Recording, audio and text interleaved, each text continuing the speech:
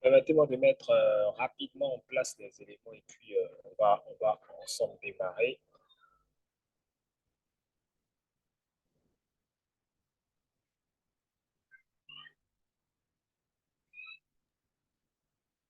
Le temps que Patrick se mette rapidement en place, je souhaiterais vous rappeler que durant le webinaire, vous avez la possibilité de poser les questions que vous souhaitez via le chat.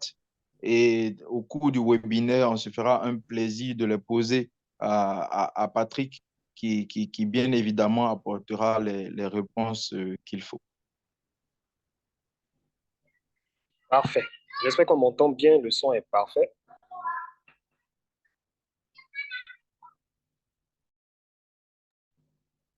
Est-ce qu'on m'entend bien? Oui, le son est bon. Le son est parfait. Parfait. Euh, Rebonsoir tout le monde encore.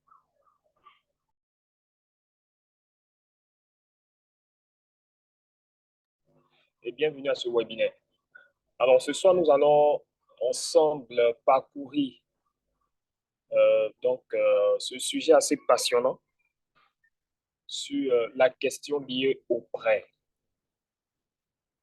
Donc, on est tous d'accord avec le fait que l'accès au prêt est aujourd'hui euh, un élément important pour la population. On constate aujourd'hui les difficultés à l'accès au prêt dans le système traditionnel. Et nous avons, grâce à la blockchain, aujourd'hui la possibilité de pouvoir, j'allais dire, passer cette étape-là et pouvoir aujourd'hui avoir accès à ce qu'on appelle la liquidité dans le domaine de la blockchain. Très, très important. Désolé, j'ai oublié de mettre la caméra, je vais la mettre. Voilà, c'est bon.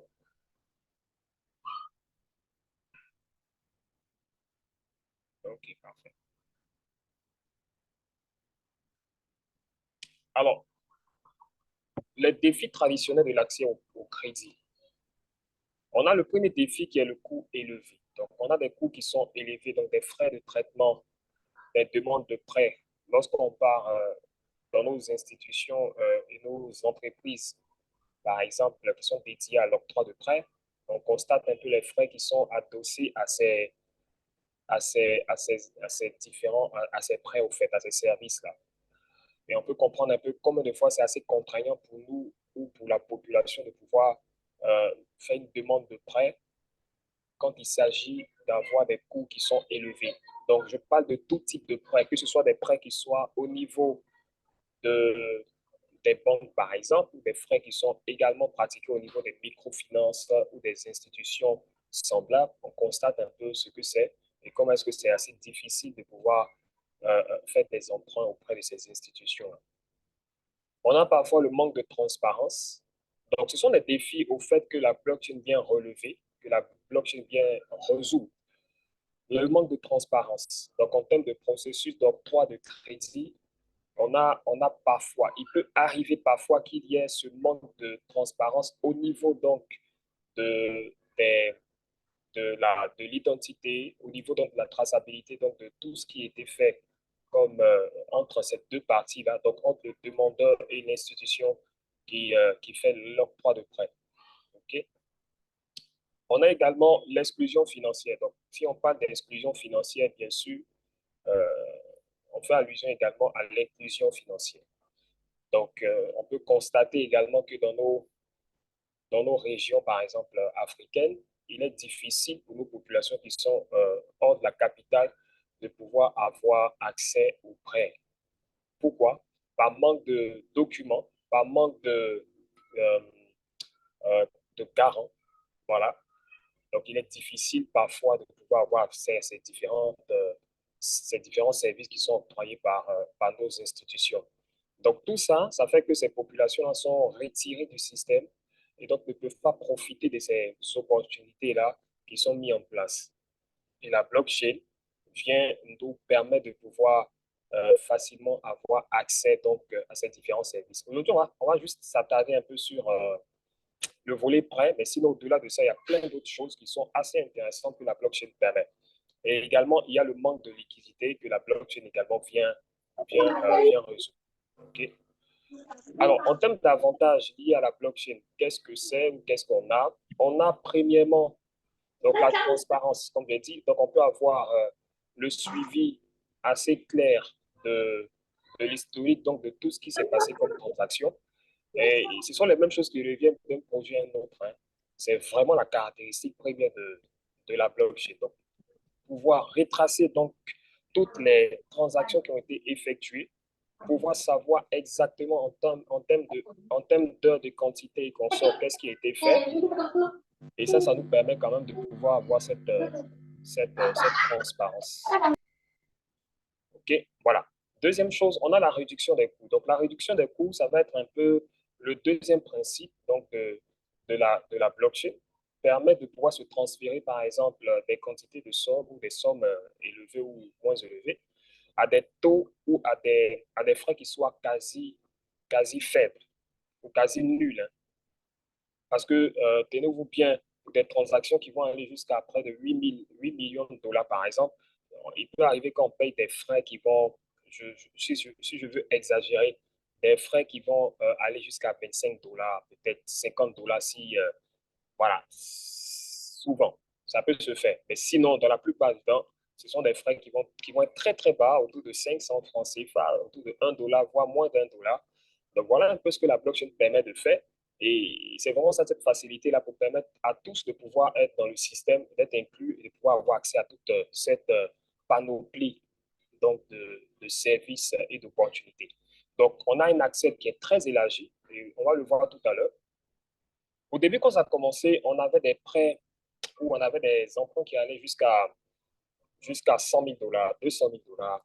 Aujourd'hui, on parle de plus que ça, de plus de millions de dollars qui peuvent être prêtés donc de façon instantanée, simplement lorsqu'on comprend comment tout ça, ça marche et quand on sait en fait ce qu'on veut. Ça, c'est vraiment l'avantage de cette technologie-là. En termes de sécurité également, encore des principes de la blockchain, donc tout ce qui est lié un peu au cryptage, tout ce qui est lié également à la décentralisation. Donc, on constate ici que la blockchain nous permet de pouvoir avoir accès donc, à ces différents services-là, quel que soit l'endroit où on se trouve. Et bien sûr, juste avec une connexion Internet et consorts, on a la possibilité de pouvoir avoir accès à ces différents services-là. Mais ce qui est plus intéressant, c'est qu'on n'a pas d'organe central.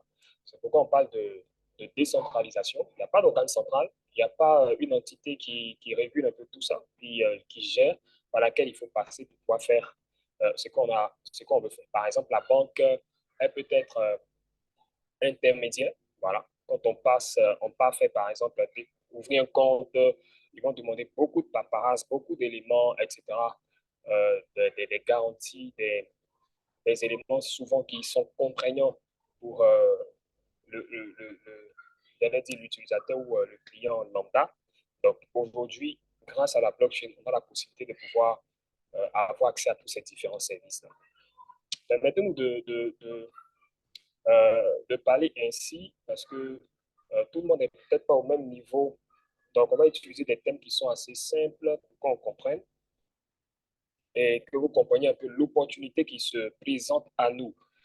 Je vais plus loin et il faut savoir que ce n'est pas réservé aux sachants, c'est réservé à tout le monde. Moi, j'ai l'habitude, par exemple, de pouvoir conseiller ça à des personnes qui sont dans leur activité et qui n'ont pas le temps peut-être de s'asseoir et d'écouter ou de se faire former et construire tout ça.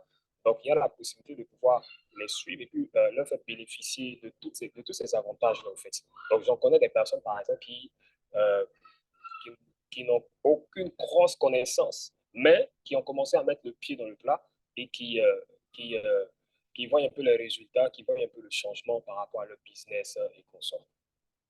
Alors, en termes de processus et demande de prêt, donc déjà, il faut dire que la blockchain ici, voilà, va lier sécurité, transparence, de tout ce qui est transaction, tout ça. Ça, c'est vraiment la base. Donc, partout, vous allez passer sur n'importe quel projet sur lequel la blockchain qui utilise la blockchain, le volet sécuritaire va forcément revenir, va à chaque fois revenir parce qu'on est ici en face d'une technologie qui nous permet d'avoir une sécurité assez élevée, j'avais dit, en termes de transactions, en termes de documentation et qu'on sort tout ça. On a toutes nos transactions qui sont cryptées, donc sécurisées et qui sont, j'allais dire, infalsifiables. Donc, on a quelque chose d'assez solide quand même. Alors, le côté audit, il va être important pour nous dans cet écosystème-là, de pouvoir prendre soin, de pouvoir vérifier également l'authenticité donc, des différentes plateformes qui vont mettre à disposition des services de prêt et d'emprunt, tout ça. Ça, c'est un élément également important. Et on va voir ensemble comment est-ce qu'il faut identifier ça pour pouvoir faire la part des choses et ne pas se tromper dans cet écosystème-là. Je dis ça comme ça parce qu'on est dans un écosystème qui est assez vaste et qui fait que il y a beaucoup d'informations, beaucoup de choses se font et il est important de pouvoir comprendre toutes ces choses-là pour ne pas se faire avoir. Parce que sachez-le, il y a deux niveaux. Le premier niveau qu'on va voir, ça va être le niveau qui est adossé, donc, j'allais dire à une entité, donc on va appeler centralisé. Et il y a un deuxième niveau qui est décentralisé, qui là-bas ne demande pas que vous fassiez vérifier ou que vous fassiez montre de votre identité et consort. Donc, il faut bien comprendre que euh, là où on ne parle pas d'identité et consort, vous êtes votre propre chef, vous êtes responsable de vos actions. Donc, ça, c'est important de pouvoir balayer un peu tout l'écosystème en griffe pour pouvoir avoir les bonnes informations et puis avoir la bonne attitude pour pouvoir bien se positionner. Parce que si cela n'est pas fait et que vous avez une mauvaise transaction qui a été faite, par exemple, vous êtes responsable de cela et j'allais dire, vous allez juste subir les conséquences de vos actions. Donc, ça, ce n'est pas pour vous faire peur, mais c'est vraiment cet écosystème dans lequel on est qui exige un peu que nous soyons plus que responsables. Okay? Alors, la suite, ça va être quoi? Donc, ici, par exemple, le processus de demande de prêt est assez simple. Donc, on n'a qu'à faire une demande de prêt. D'accord? Donc, on est emprunteur, on va soumettre un peu notre demande de prêt via une plateforme blockchain sécurisée.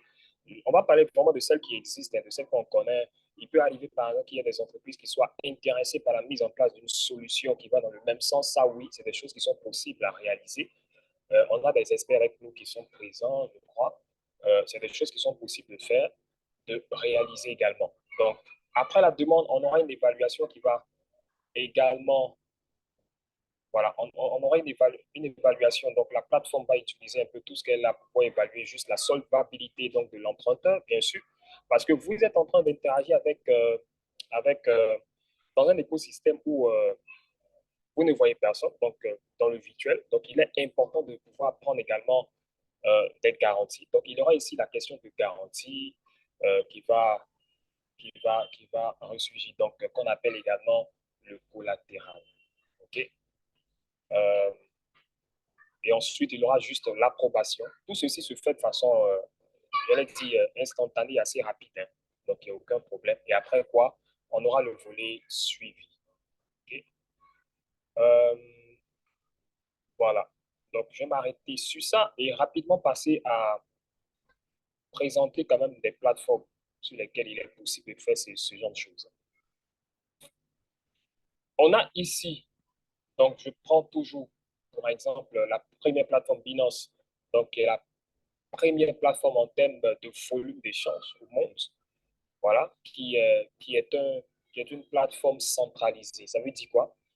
Simplement que sur cette plateforme-là, ils vont demander, lorsque vous venez ouvrir votre compte, ils vont demander que vous fassiez votre KYC. Ça signifie qu'il va falloir faire vérifier votre identité, mettant en avant votre passeport, votre carte d'identité, qu'on sache d'où vous venez, que vous mettez tout ça voilà, à découvert pour avoir accès aux différents services qui vont vous être proposés. Donc ça, c'est ce qu'on appelle dans le jargon des plateformes centralisées. Donc, ce n'est pas la seule, il y en a plusieurs.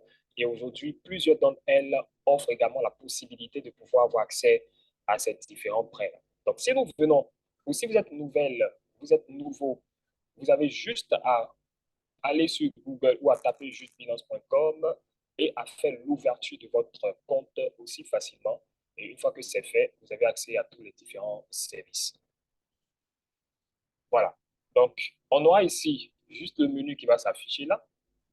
Et dans le menu, on va chercher l'option prêt. Donc, je crois que l'option prêt se retrouve ici dans le menu ici plus. On aura ici les prêts.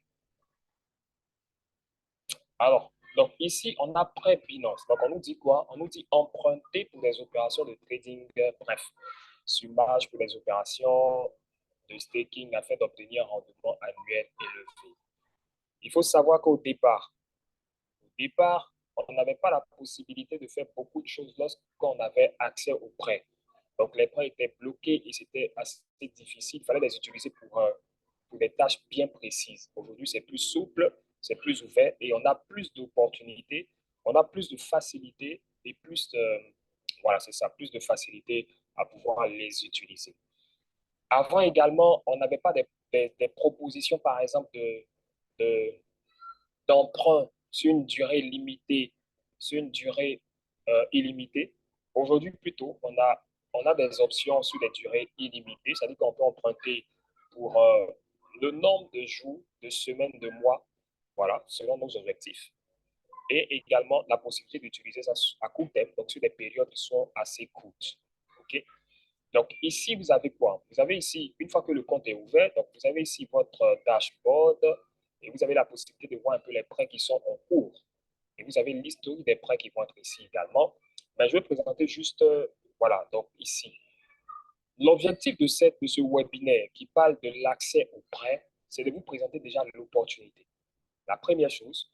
La deuxième chose, c'est de vous dire que une fois que vous avez accès à cette opportunité, il est important pour vous de pouvoir savoir pourquoi est-ce que vous voulez avoir accès à ces prêts-là et qu'est-ce que vous êtes prêt à en faire. Ça, c'est très, très important. Ce n'est pas parce que la liquidité est disponible qu'il faut se jeter là-dessus et venir faire une demande pour être heureux de voir que la demande a été faite de façon instantanée et que vous avez reçu votre prêt, par exemple. Non. Tout se fait sur la base d'objectifs. Donc, si nous posons la question de savoir si vous avez 100 000 francs et que vous avez un projet que vous voulez réaliser qui est moins de 100 000 francs, serez-vous prêt à faire une demande de prêt ou à faire un emprunt? La plupart des personnes qui répondent à cela disent que, mais si j'ai 100 000 francs et que la réalisation de mon projet fait 50 000 francs, point besoin d'aller faire une demande de prêt pour me mettre la pression. Donc ça, c'est beaucoup plus, c'est des retours qu'on a la plupart du temps de personnes qui disent que ça ne sert à rien d'aller faire un emprunt, mais si j'ai les 100 000 francs, je réalise mon projet et puis on y va. Ce qui est tout à fait normal. Mais c'est un niveau également d'investissement, c'est un niveau de compréhension. Je ne dis pas que ce n'est pas bon, c'est bon, mais on peut aller plus loin que ça. Donc ici, par exemple, les octrois ou les demandes d'emprunt qu'on sont vraiment intéressants, dans ce sens où, lorsque vous faites par exemple un emprunt, on vous demande d'avoir une garantie. Donc la garantie suppose, par exemple, que vous voulez faire un prêt de 60 000, disons de 60 000, par exemple. Ici, ils vont vous demander d'avoir une garantie, donc d'avoir quelque chose dans votre portefeuille sur lequel qu'ils vont garder, qu'ils vont bloquer. Voilà, parce qu'on ne sait jamais, on ne se connaît pas. Donc, du coup, on ne peut pas vous laisser avoir accès à la liquidité et puis on ne sait pas si vous allez revenir, quoi. Donc, ici, vous avez accès donc à ces prêts-là, mais également, on vous demande d'avoir une garantie qu'on appelle le collatéral, ce qui est tout à fait normal. Donc, le collatéral qui va être utilisé et qui va être bloqué et qui va être considéré comme étant la garantie, peut être également utilisé ou, si vous voulez, dans le jargon, peut continuer à travailler pour nous. Ça, c'est l'avantage qui est là. C'est-à-dire que je fais une demande de près de 60 000 francs, je vais partir en CFA, de 60 000 francs CFA. Ils vont demander que vous ayez, par exemple, dans votre compte environ 80 000. Disons ça comme ça, 80 000. Les 80 000 que vous mettez dans votre compte qui vont être la garantie, qui vont être bloqués, peuvent être en train de travailler pendant que vous avez fait l'emprunt, vous avez fait la demande d'emprunt là, et que vous l'avez reçu et que vous êtes en train de faire quelque chose avec. Est-ce que vous voyez? Donc, vos 80 000 francs ne sont pas statiques. Vos 80 000 francs sont en train de produire Donc, des retours sur investissement pendant que vos 60 000 francs sont en train d'être utilisés pour autre chose. Est-ce que vous voyez un peu? Ça, c'est vraiment l'élément important. Donc, ces informations-là doivent s'utiliser pour monter ce qu'on appelle une stratégie. Parce que c'est de ça que je veux parler, de ne pas juste balancer les infos comme ça. Il faut que vous ayez des, une stratégie, que vous montiez une stratégie avant de venir chercher à faire une demande d'emprunt. La stratégie suppose que vous vous connaissez, que vous connaissez votre activité, que vous connaissez la force que vous avez en termes de maîtrise de votre activité. La stratégie suppose que vous connaissez vos revenus, vous savez un peu votre capacité financière.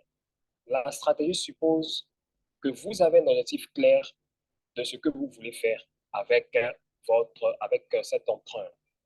Tous ces éléments sont importants parce que j'en connais par exemple qui ont découvert cette facilité, j'allais dire, d'octroi de prêt et qui se sont jetés là-dessus parce qu'ils avaient 3 000 $.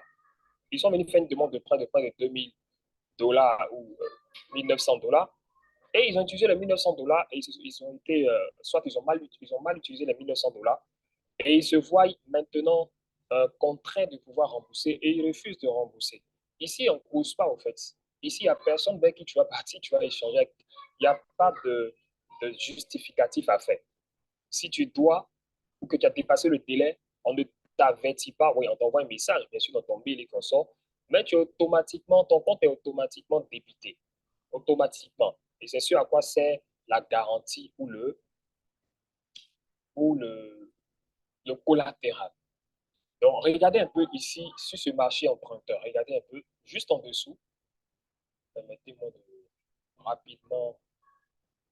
Voilà, voilà. Donc, regardons un peu ici. Vous voyez? Donc, quand je descends, vous voyez ici, il y a beaucoup de monnaies qui apparaissent. Je sais qu'il y a des personnes qui ne comprennent pas. Je vais expliquer. Donc, ici, il y a beaucoup de monnaies. Donc, ce sont des monnaies qui sont possibles d'être empruntées. Est-ce que vous voyez un peu? Donc, ces monnaies-là, comme c'est écrit ici, peut être prêtées. Donc, on peut les emprunter contre une garantie. Et vous avez juste au milieu donc les taux d'intérêt, donc les taux de remboursement. Ici, par exemple, si je prends du Bitcoin, le Bitcoin, c'est la première monnaie, et donc le Bitcoin, c'est une monnaie qui est volatile. Si tu décides de venir prendre du Bitcoin, tu sais pourquoi tu viens prendre du Bitcoin. Parce que le Bitcoin peut valoir 60 000 $. Lorsque tu passes ton emprunt, ta demande d'emprunt, la seconde qui suit, la valeur du Bitcoin peut chuter à 59 800 parce qu'il y a quelque chose qui s'est passé. Il faut être conscient de cela pour ne pas se faire avoir. Parce que ici, le fait que ces monnaies-là soient sur le marché financier, il y a ce qu'on appelle le taux de liquidation. C'est-à-dire que tout est calculé de façon automatique, de sorte à ce que si jamais le marché est baissier et que vous êtes en train d'utiliser votre emprunt, que vous avez oublié quoi que ce soit, le système ne vous attend pas. Le système ne veut pas perdre et du coup, le système va clôturer votre position, c'est-à-dire que va mettre fin à votre contrat et va prendre ce qui lui revient. Ça, c'est très important. Parce que dans ce domaine-là, il y a des monnaies donc, qui sont volatiles, donc qui fluctuent, donc qui changent, et il y a des monnaies qui sont stables. C'est pourquoi je dis qu'il faut savoir où tu vas et ce que tu veux faire. La liquidité est disponible, mais de la même façon que la liquidité est disponible, elle peut vous échapper aussi. Donc, en termes de taux, on a ici les taux flexibles. Ça, c'est vraiment le nouveau venu depuis je crois, quelques années. Le taux flexible, ici sur le Bitcoin, par exemple, ça va être de 1,2%. Donc, ici, les taux sont des taux annuels. Des taux annuels. Tout ce que vous voyez ici, c'est annuel et ça a été calculé au prorata du nombre de jours. Donc, vous voyez que ici, à gauche, on a 0,3 fois 0,137%. C'est par heure. Donc, le taux d'intérêt que vous allez payer par heure et les 1,2%, c'est le taux de remboursement annuel lorsqu'on est sur l'option taux flexible.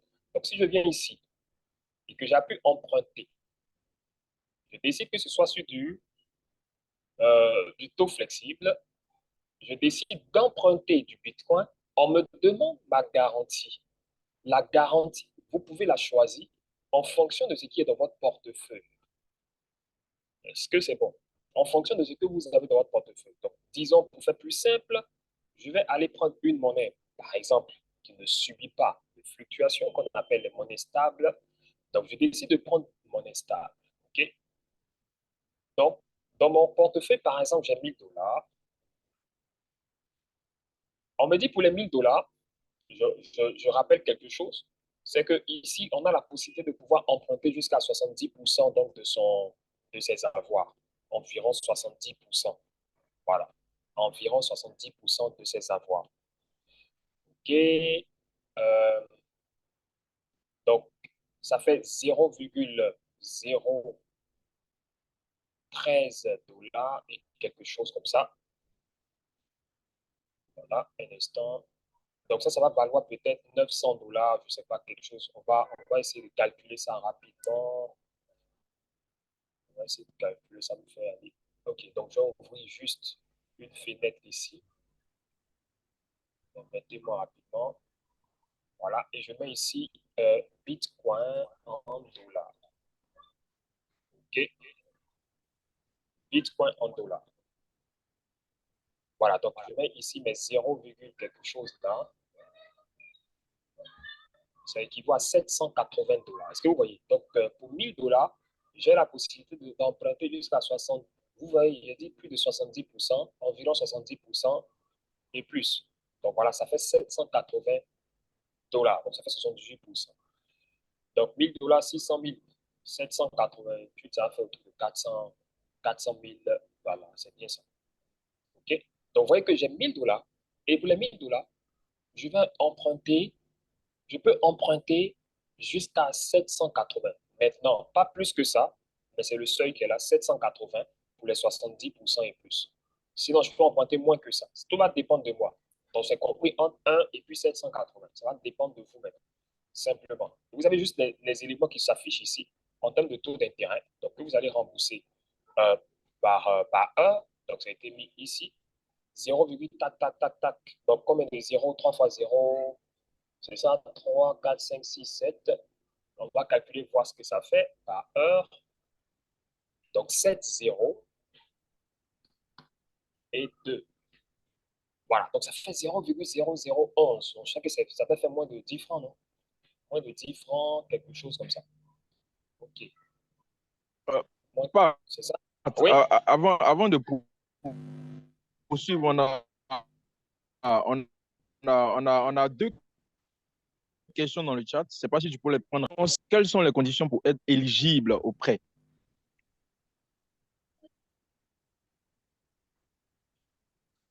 c'est OK, parfait.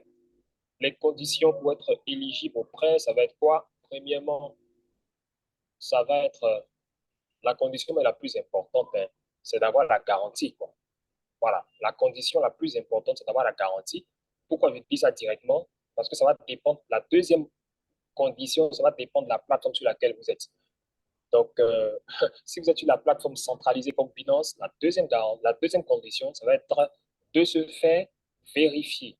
Donc, de présenter ces documents vérifiés. Donc, vérification d'identité. Une fois que c'est OK, à ce moment-là, deuxième condition, avoir la garantie.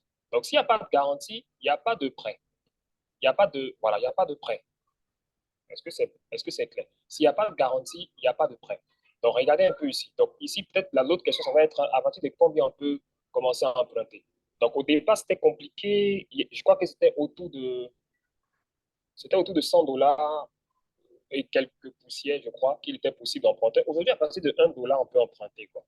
Ça veut dire que quelqu'un qui a 1 $, regardez un peu, voilà. Donc, on dit à partir de 1,28 $. Donc, à partir de, disons, 1000 francs CFA, quoi. Mais c'est moins de 1000 francs. 1 $, ça fait 600, donc 1,28, ça fait peut-être 650 ou 700 francs CFA, quelque chose comme ça. Donc, vous voyez un peu la facilité d'accès, en tout cas, à ces prêts-là. Donc, à partir de 1 $, vous pouvez déjà commencer à emprunter quelque chose ici. Très intéressant. Ça, c'est déjà ça, quoi, la facilité. Donc, qu'est-ce que ça signifie? Ça signifie que vous pouvez commencer à vous exercer avec déjà des petits montants pour maîtriser le processus. Parce que c'est ça l'avantage. Le but, c'est de commencer, pas forcément à prendre les prêts ou de faire l'emprunt qui nous sied, qui va nous aider à pouvoir réaliser un projet et qu'on sort, non. Le but, c'est de pouvoir maîtriser le système. Une fois que vous maîtrisez le système, vous savez comment ça marche, comment ça se rembourse, etc., etc. À ce moment-là, vous êtes prêt à passer maintenant à des sommes qui soient plus importantes. Voilà. Donc, en termes de conditions, ça va être un peu ces deux éléments que j'ai cités plus haut. Est-ce qu'il y a une deuxième question? Oui, oui, il y a une seconde question. Euh, le participant demande si c'est possible d'être suivi par BitTrading Edu. Bien, bien sûr, c'est l'objectif. Nous sommes un centre de formation et donc nous avons l'obligation, donc, dans nos formations, de pouvoir montrer un peu toutes ces choses-là. Bien sûr, en termes de suivi et consort, tout ça, ça rentre dans le coût de la formation. Voilà, donc c'est quelque chose qu'on fait. C'est pourquoi je donnerai peut-être deux cas de figure, deux exemples assez pratiques également de personnes qui le font. Et puis vous allez voir. Donc oui, BitTrading le fait pleinement. Aucun problème. Euh, Ok, donc on peut poursuivre. Il n'y a pas d'autres voilà, questions. parfait. Donc ici, je m'attarde un peu sur ce volet-là parce que c'est un levier, c'est un gros levier.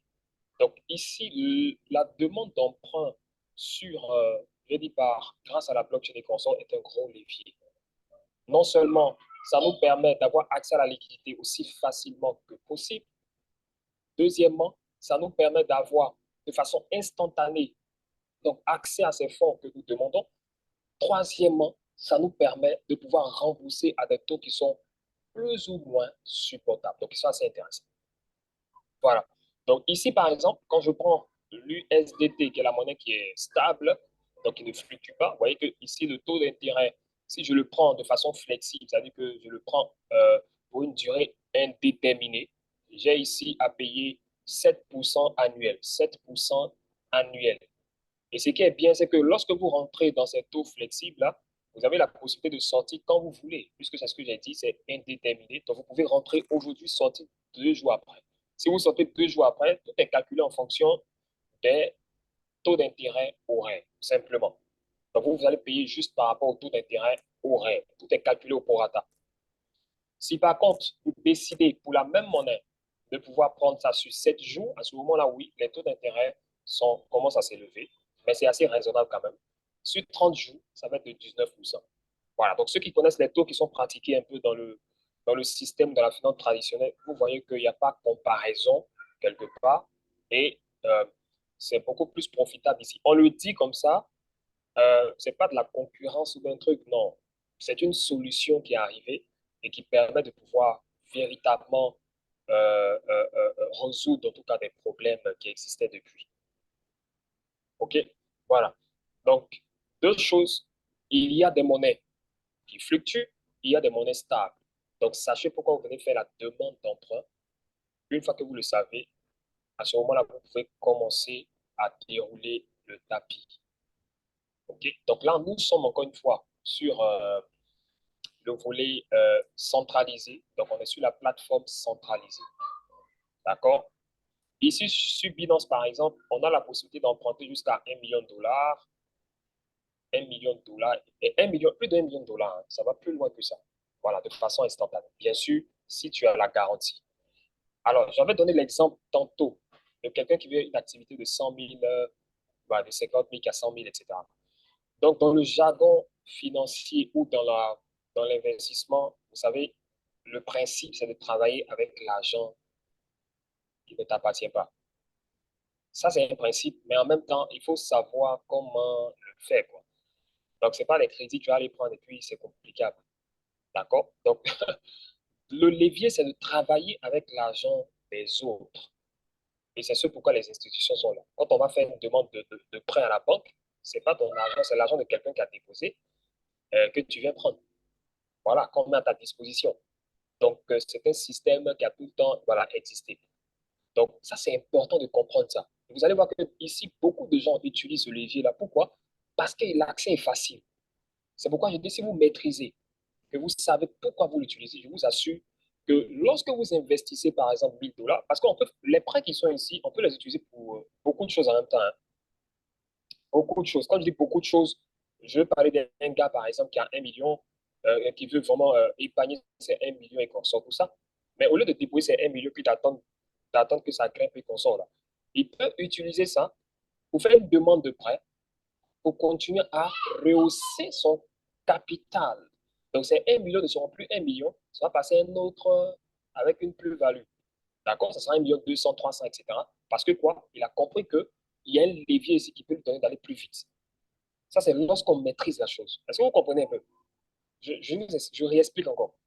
Si vous avez 100 000, disons ça comme ça, prenons simple, vous avez 100 000, vous ne voulez rien avoir avec le trading. Le trading, ce n'est pas votre affaire, vous avez peur de ça.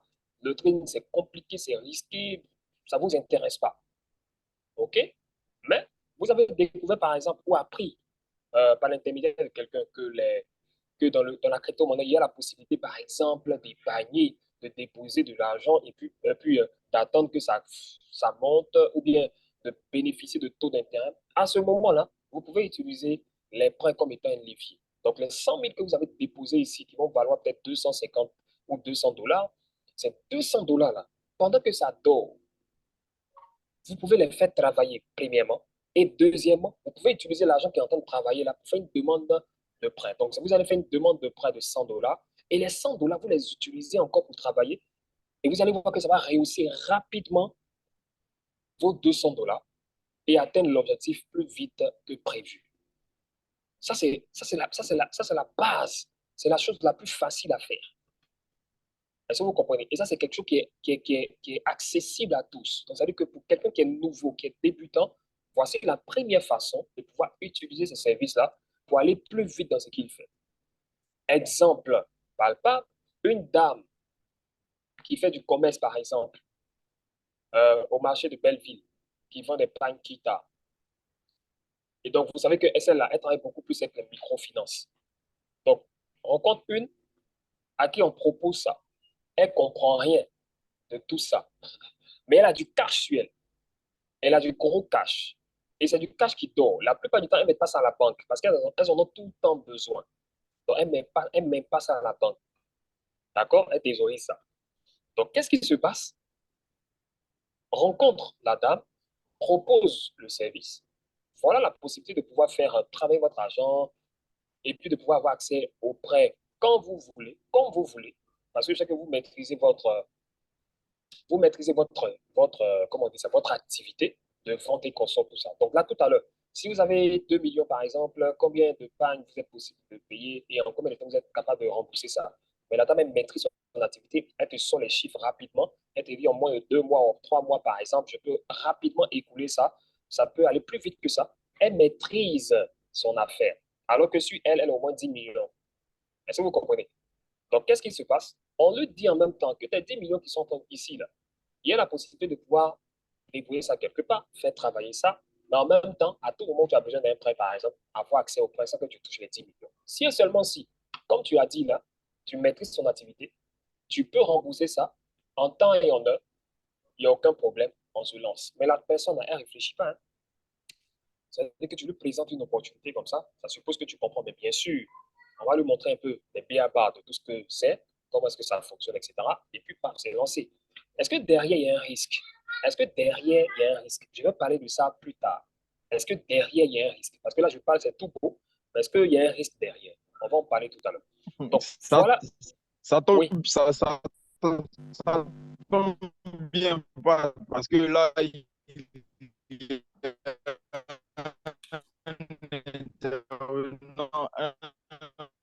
On participant qui t'entend avait très, posé, très mal. tu Oui, vas-y. vas rebondir sur la question. Et en point. Allô, allô, c'est bon? C'est bon? C'est Allô? bon, parfait. Parfait, parfait. OK. OK. Le participant demandait dans cet outil de prêt et emprunt, quels étaient les risques pour le capital. Donc là, on attend impatiemment que tu puisses aborder ce sujet. Super. Oui, bien sûr, il y a des risques. Hein. Est-ce que les risques sont au niveau donc, technique, donc c'est-à-dire au niveau des outils, au niveau des plateformes? Est-ce que le risque est au niveau des emprunteurs et consorts? Donc ça, on en parle tout à l'heure. Alors, ça, c'est la première figure que je vous ai présentée ici. Voilà, ici. Donc, voilà. Donc, ça, c'est l'information que vous avez. Maintenant, allez plus loin que ça. ça va te demander d'aller en profondeur, de comprendre un peu, comme j'ai dit, les différents éléments à savoir vous concernant déjà. Une fois que c'est OK, vous avez la possibilité maintenant de pouvoir avoir accès à ça. OK? Ici, sur les plateformes centralisées, comme j'ai dit, la plupart du temps, on tourne autour de 70% de ces avoirs. 70% de ces avoirs. 70% de ces avoirs. Ça suppose quoi? Ça suppose que, donc, il devrait exister également des plateformes qui proposent plus que ça. Oui, il y a des plateformes qui proposent plus que 70%. C'est ce qu'on va voir maintenant. Donc, on a ici, on va quitter le volet centralisé quand on arrive un peu sur le volet décentralisé. Le volet décentralisé, ça signifie quoi? Ça signifie simplement qu'il n'y a personne là-bas. Ça veut dire quoi? Ça veut dire que là-bas, les conditions, comme quelqu'un posait la question, les conditions d'entrée, c'est juste d'avoir du capital sur son compte. Parce que là-bas, il n'y aura plus besoin de KYC, ni de vérification, comme j'ai dit, ni de vérification d'identité. On ne demande pas qui tu es, qu'est-ce que tu as et qu'on sort. OK? C'est ce qu'on appelle décentralisé. Donc, c'est vraiment accessible et ouvert. Et la seule condition, c'est est-ce que tu as du capital, est-ce que tu as du cash dans ton portefeuille? Si oui, à ce moment-là, tu es éligible à pouvoir emprunter comme bon te semble. Alors, je veux, avant d'attaquer ce décentralisé, là, vous allez voir, ici, c'est une plateforme qu'on appelle CoinGecko. Donc, il retrace ici la liste des échangeurs. Donc, aujourd'hui, la plupart, donc c'est ce qu'on appelle centralisé, là, donc les échangeurs centralisés. Vous voyez qu'en tête de liste, c'est Binance. Voilà, en termes de volume. Donc, en termes de volume, Binance a plus de volume que les autres. Deuxième chose, on a ici, on a la liste ici, et la plupart des échangeurs qui sont là commencent à proposer ce genre de service-là. Donc, quand vous êtes nouveau, que vous venez, soit vous commencez avec les premiers, donc ça veut dire que le top en tête de liste, ou vous décidez de faire ce qu'on appelle une comparaison de prix. Donc, qu'est-ce que la deuxième plateforme propose? Si oui, elle propose ça, qu'est-ce qu'elle propose en termes de pourcentage, en termes de capacité d'emprunt?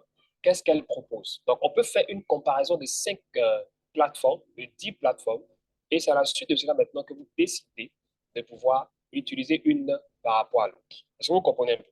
Ce que je suis en train de faire, c'est juste un exemple par rapport à la première. Donc, il est plus facile de faire un exemple sur la première que de prendre celle qui est à la 80e place. Ça peut être beaucoup plus risqué, quoi. Donc, donc, vous faites cette comparaison de prix en regardant les conditions, la facilité de dépôt et de retrait sur la plateforme, la facilité de manipulation donc de l'interface et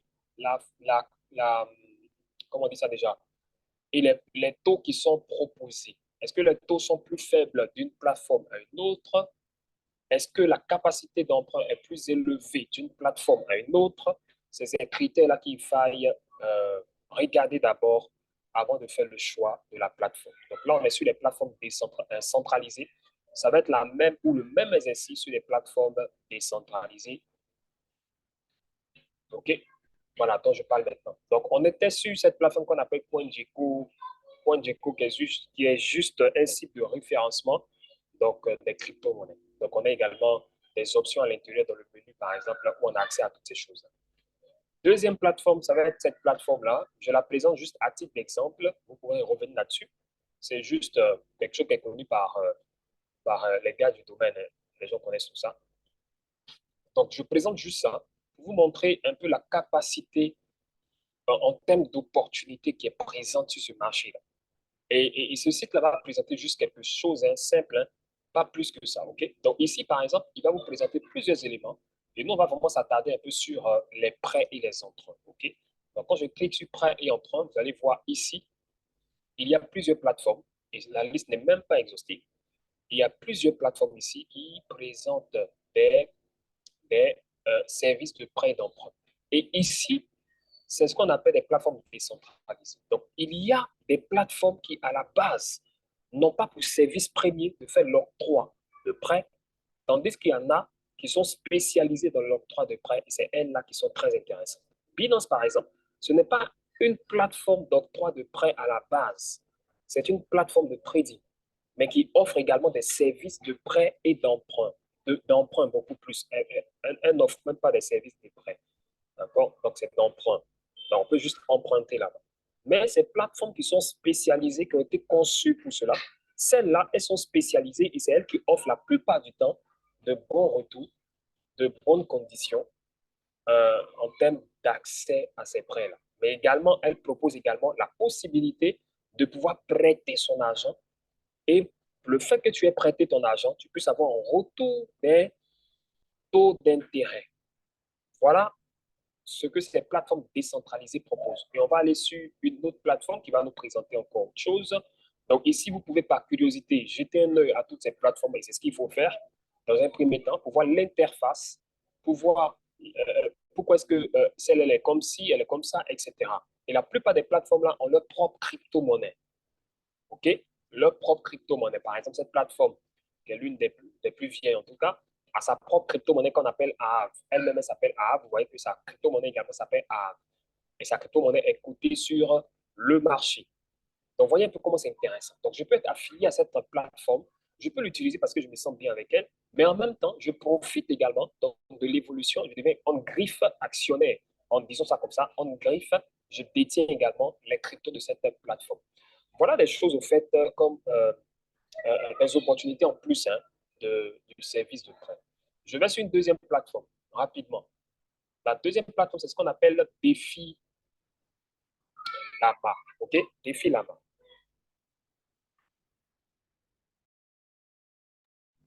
Défi Lama. OK? Donnez-moi un instant, s'il vous plaît. Un instant.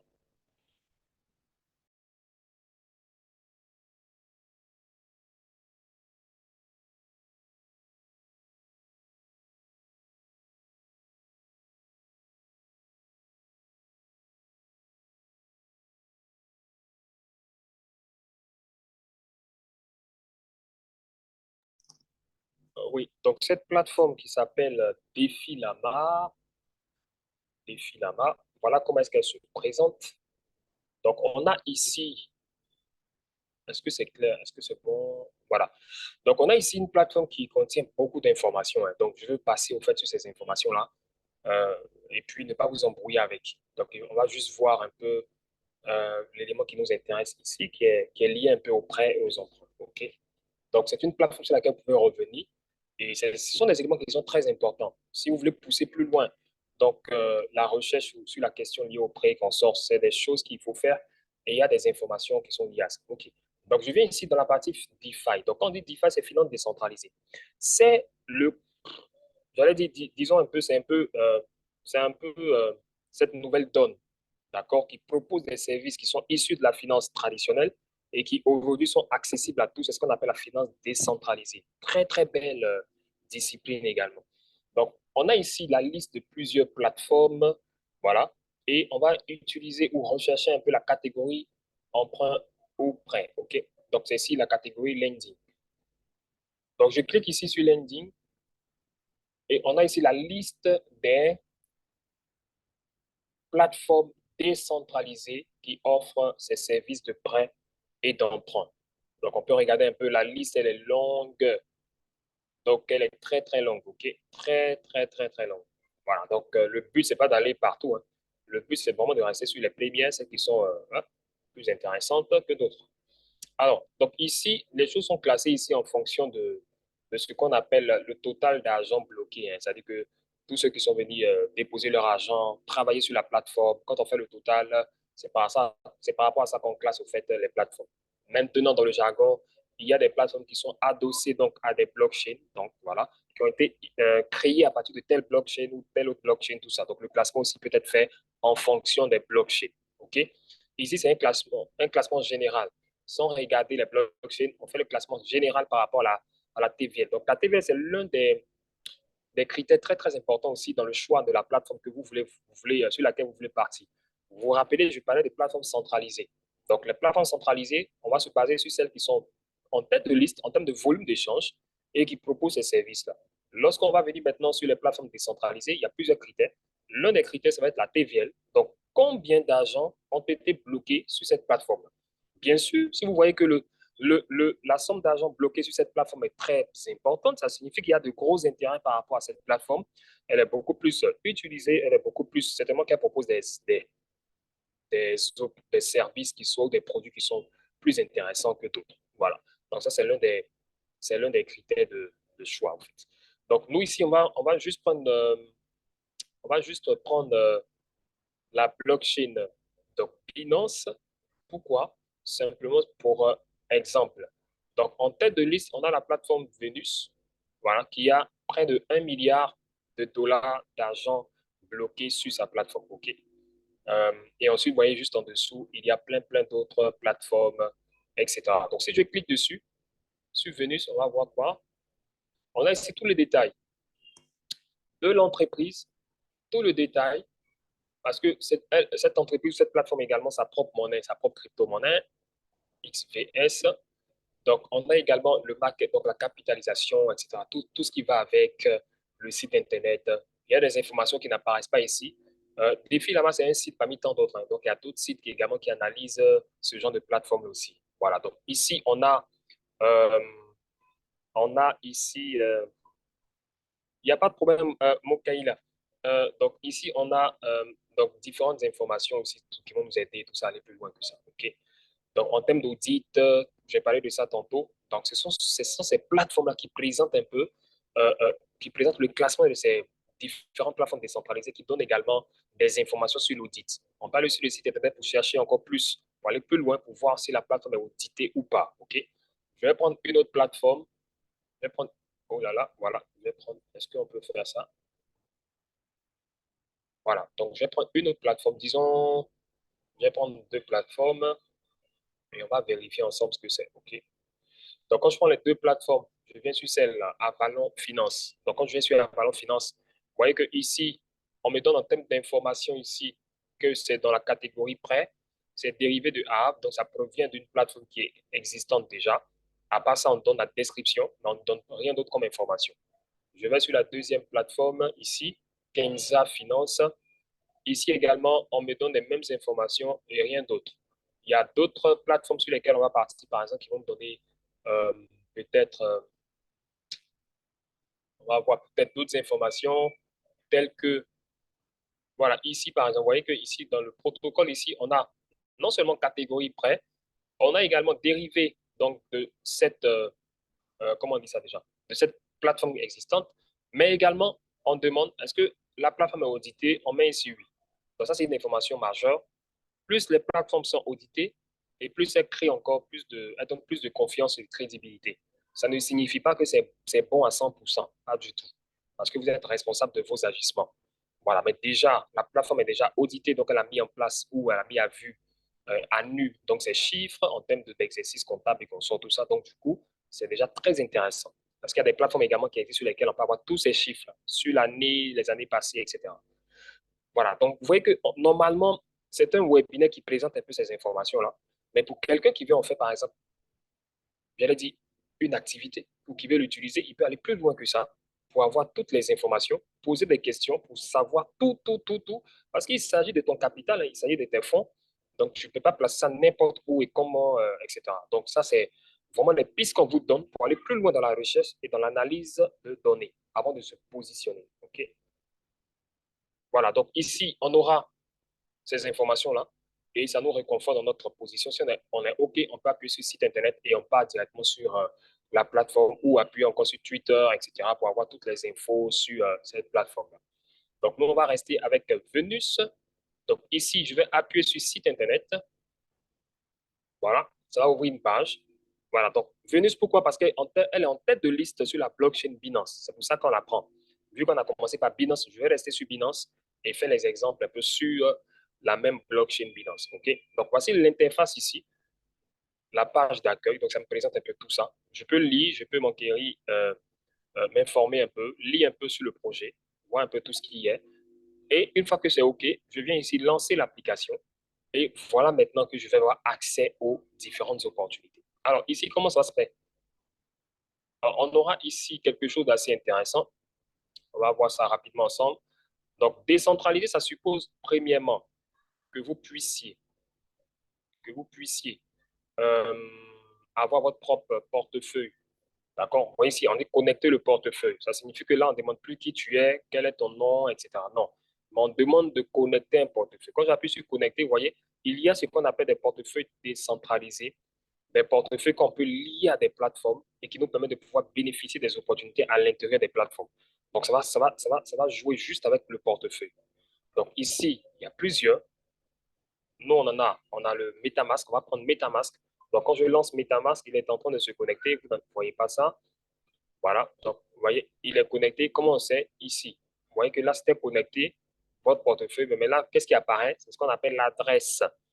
D'accord? Donc, l'adresse du portefeuille, l'adresse de compte ou l'adresse de dépôt, etc. Ça vous identifie. C'est cette adresse qui vous identifie, qui dit que vous êtes connecté maintenant à la plateforme et vous pouvez utiliser la plateforme comme vous voulez. OK? Alors, ici, on a la particularité ou la différence avec les plateformes centralisées, c'est que les plateformes décentralisées ont beaucoup plus d'informations et la plupart du temps, vous pouvez venir vous perdre un peu dans ces informations-là parce que c'est assez complexe ou l'interface peut être assez compliquée à utiliser, etc. Mais c'est à force de faire qu'on devient forgeron, euh, outillé et qu'on sort. Donc, du coup, il ne faut pas que ça vous fasse peur, il faut juste commencer. Donc, sur cette plateforme, on a toutes ces informations qui sont ici, on a tous ces éléments qui sont là. Et comme je disais, c'est une plateforme de prêt et d'emprunt. Donc, on a la possibilité de pouvoir emprunter, mais on a la possibilité de pouvoir prêter. C'est ce qui est intéressant ici. Donc, voici des monnaies qui sont là. Et voici les taux d'intérêt en termes de prêt et en termes d'emprunt. Donc, les supply, donc les prêts, et les borrow, donc les emprunts. OK? Donc, je décide par exemple d'emprunter les USDT. Quand j'appuie là-dessus sur la ligne USDT, donc j'ai la possibilité d'emprunter ici. Et pardon, d'emprunter ici et comme il s'appelle déjà, et de prêter ici. Est-ce que vous voyez un peu? La particularité sur cette plateforme-là, vous voyez ici déjà, en termes de capacité d'emprunt, on parle de 80%. Donc, vous avez la possibilité, donc c'est plus large que Binance. Donc, vous pouvez emprunter jusqu'à 80% de votre, j'allais dire, de votre capital. 80%. Et c'est le même mécanisme. Pour pouvoir emprunter ici, bien sûr, il faut avoir donc une garantie qui va être la monnaie de base. Donc, une fois que vous avez alimenté, tout ça, ça doit être dans votre portefeuille. Hein. Voilà, parce que le système va vérifier tout ça et le système suppose que vous avez tout ça dans votre portefeuille. À ce moment-là, vous êtes éligible ici maintenant à pouvoir faire une demande d'emprunt, simplement. Mais ce qui nous intéresse, ça va être quoi? Le taux et la capacité d'emprunt. Donc, ici, on a 10%, 10% annuel, tandis que sur Binance, regardez, on avait combien? 7%. OK? 7%. Parce qu'on est en même temps sur des taux flexibles. Hein. On est sur des taux flexibles. OK? Donc 10%. Et l'autre côté, 7%. Mais en même temps, la capacité ici d'emprunt, c'est de 80%. Donc, vous devez jouer avec ces informations-là et savoir ce qui vous arrange et ce qui ne vous arrange pas. Simplement. Dans notre jargon, l'argent ne doit pas dormir. L'argent ne dort jamais ici. Jamais de la vie. Voilà. Donc, il faut que ce que vous possédez puisse travailler, même quand vous ne savez pas quoi faire avec. Il faut que ça travaille. Ce qui est sûr, il faut que ça travaille. Et ça, c'est comme ça que ça marche. OK? Donc, voilà. Et ouf, on a dépassé 1 heure. Voilà brièvement. Donc, pour revenir un peu sur les risques.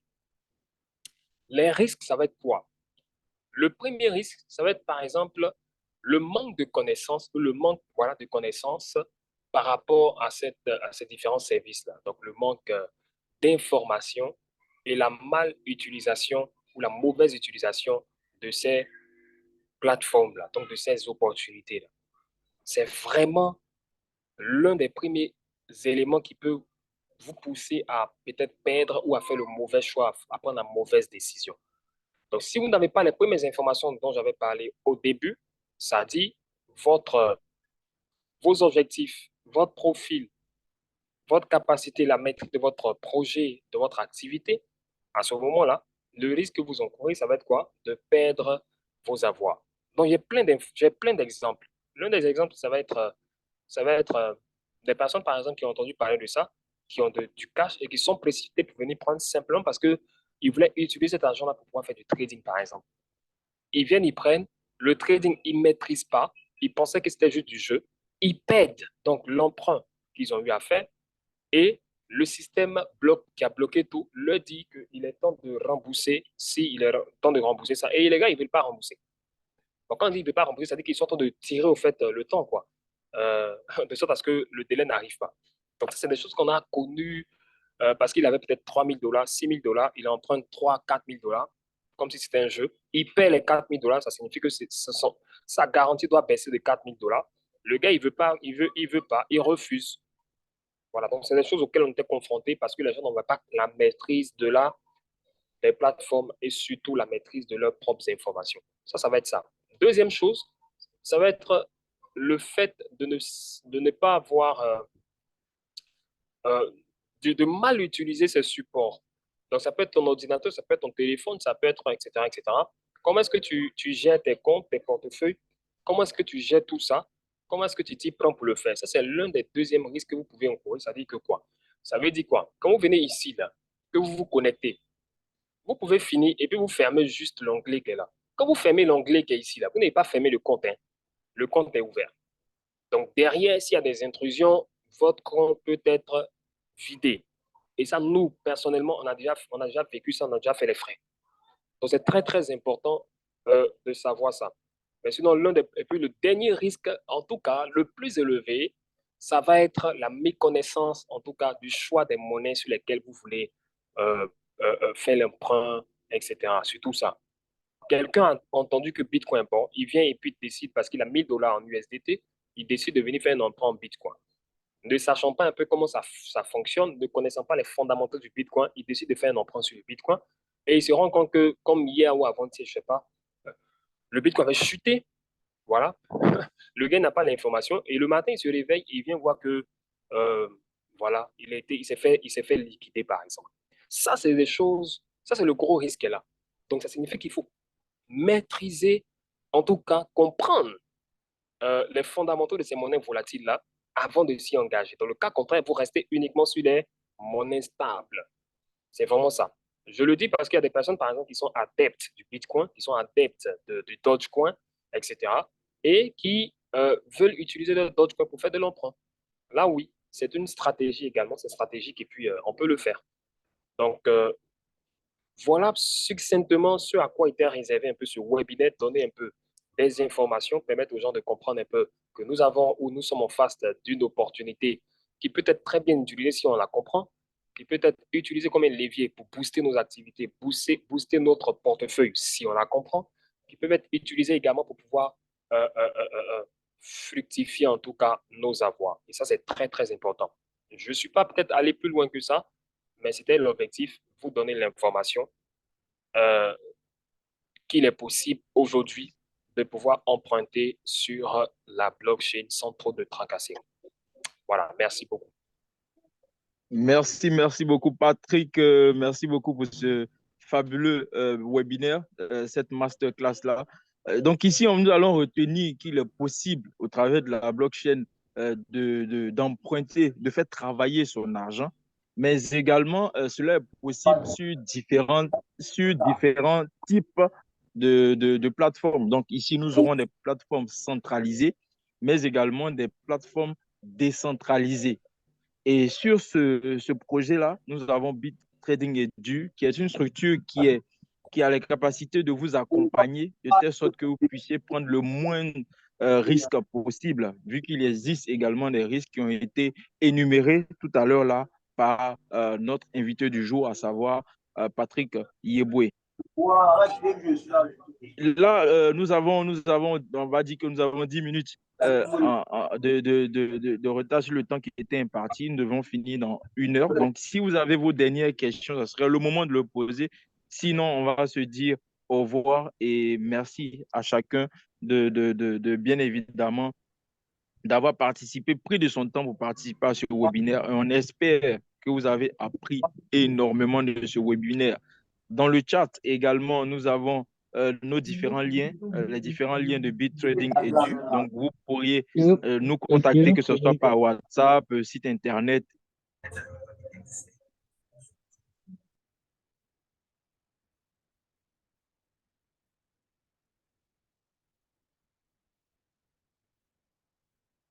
Merci encore, Patrick, pour Allô? ton intervention. Merci à tous et on se retrouve sur les Allô, allô, réseaux. allô, allô. Oui, Queen, s'il Oui, te allô? plaît. Je crois qu'il y a une question, Oui, hein. allô? Oui. Il doit y avoir une question, là. Bon, là, on me dit que j'ai pas eu ma réponse concrètement de Dems et merci pour ce webinaire. Dems, est-ce que tu pourrais revenir sur ta question parce que j'essaie de défiler pour trouver Oui, ta question. je peux le faire en note vocale comme ça directement si vous plaît. Si vous me Ok, ok, bien Oui. permettez. sûr. Vas-y. D'accord, c'est moi qui avait demandé les risques. Bon, j'ai pas été précis parce que j'étais en retard, j'ai pas voulu interrompre. Je veux savoir parce que moi, je suis plus intéressé par le fait de pouvoir prêter. C'est-à-dire prêter et puis avoir mon capital avec un intérêt.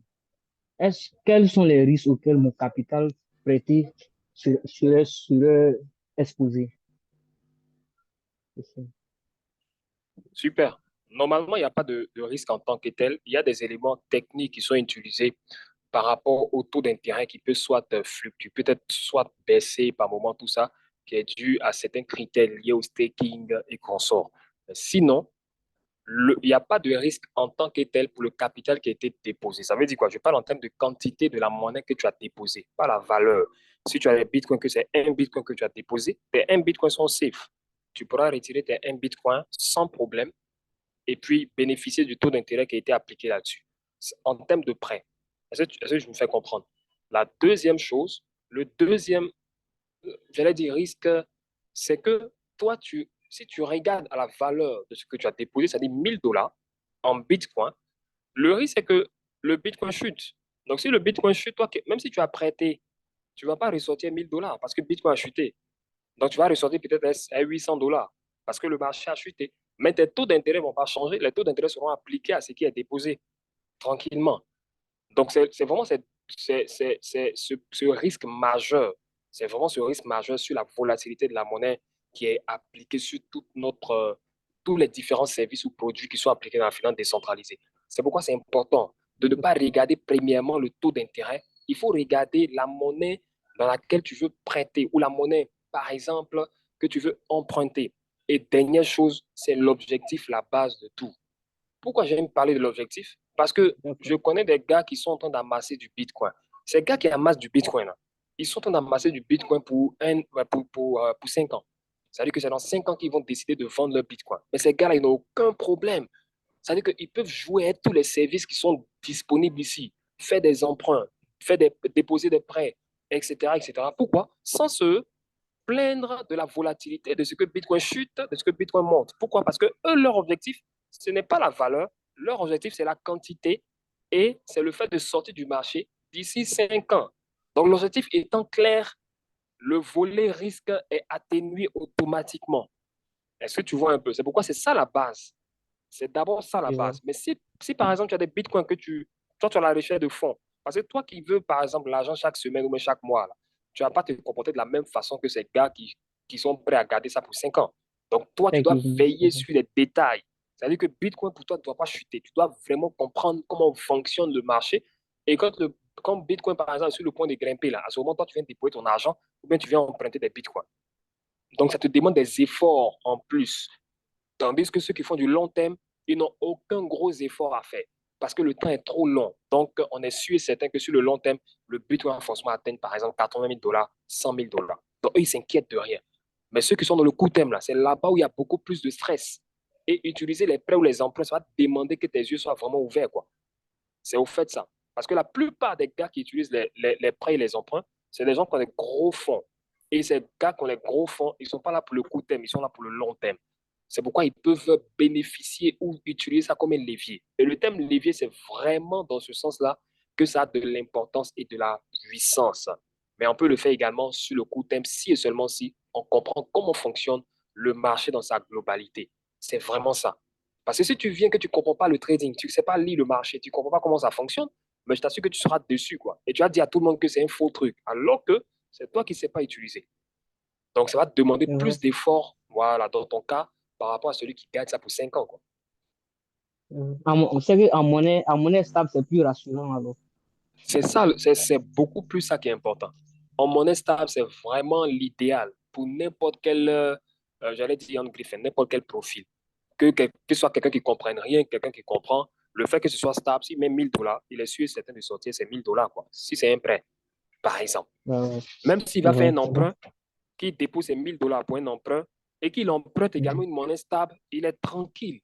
Tu comprends un peu, non? Parce que s'il dépose oui, 1000 oui, je vois. USDT, qu'il emprunte par exemple 700 F de USD, ce sont des monnaies stables, il est en paix, il n'a aucun problème, il va faire ce qu'il a à faire et puis il vient rembourser en temps et en heure. C'est tout. Donc les monnaies stables, c'est vraiment l'idéal dans ce service. Ok, merci bien. C'est très bien répondu.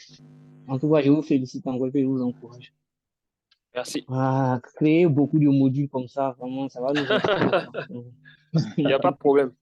Ça marche. Merci beaucoup. Merci beaucoup. Mm. Ok, donc merci encore Dempsey.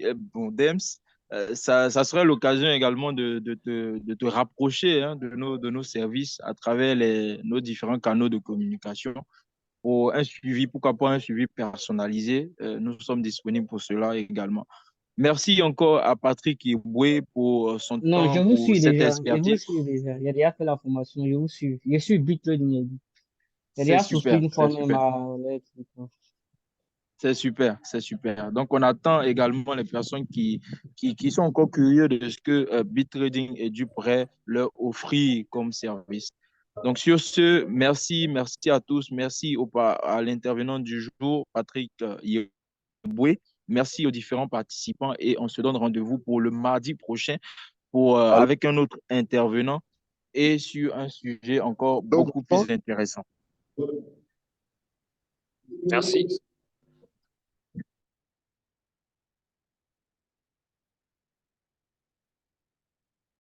Allô, bonsoir. Oh, putain.